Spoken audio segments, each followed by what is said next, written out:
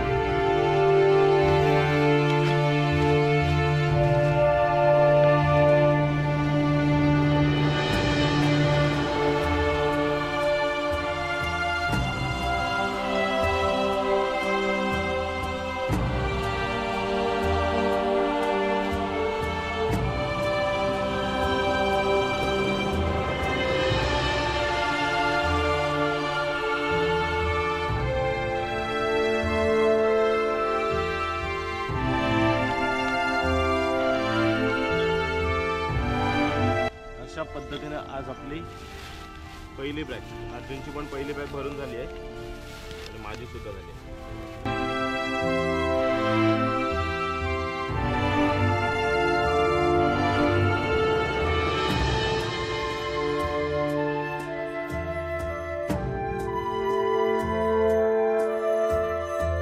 मित्रांनो हे बघा, आता रेल्वे ट्रॅक जवळ आहे आणि हा रोड जातो तो फरशीकडे.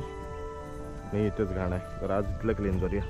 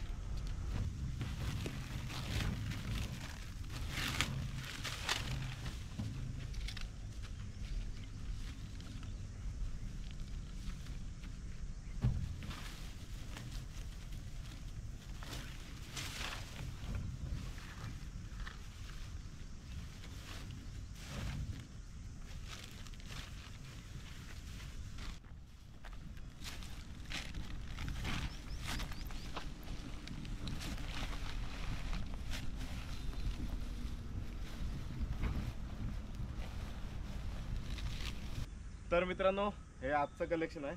आज टोटल 5 बॅगा आम्ही दोघांनी मिळून गोळा केल्यात, मी आणि अर्जुन. आत्ता मगाशी जसं सांगितलं आपण रेल्वे स्टेशन रोड ह्या रोडवर आहोत, म्हणजे गांधारेश्वरच्या जवळचा परिसर. चला ह्याची विल्हेवाट लावू. काल तर तो आपल्या गांधारेश्वर परिसरातील डस्टबिन सुद्धा रिकामा झाला नव्हता, नगरपालिकेने तो केला नव्हता. बघूया आज तो रिकामा झालाय काय. रिकामा झाला असेल तर तिथेच त्याची विल्हेवाट लावू, नाहीतर मग कालच्याच ठिकाणी नेऊया. चला. तर मित्रांनो, गांधारेश्वर परिसरात आलोय.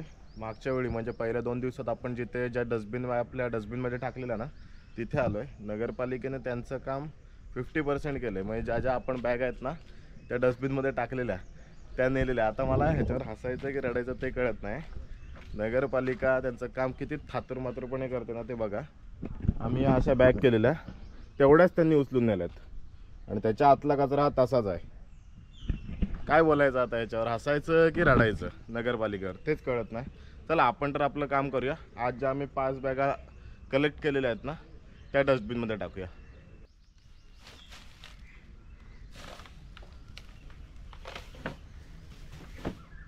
तर मित्रांनो, आजच्या दिवसाचं तर काम झालं आहे आपलं. आता चाललो आहे कामावर. आजपर्यंत टोटल म्हणजे आजचा आहे 4था दिवस. 7 तारखेला आपण सुरू केलं, आज आहे 10 एप्रिल. ह्या 4 दिवसात आपण टोटल 17 बॅग्स कलेक्ट केल्या. भारी वाटतं एकदम. 17 बॅग्स कलेक्ट केल्या ते.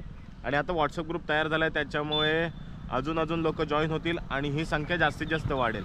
नक्कीच चिपळूणसाठी आपण किंवा कोकणासाठी आपण काहीतरी आपल्या परीनं जेवढं शक्य आहे ना तेवढं चांगलं काम करूया. तर मित्रांनो, भेटूया पुन्हा एकदा नवीन व्हिडिओमध्ये. तोपर्यंत बाय बाय.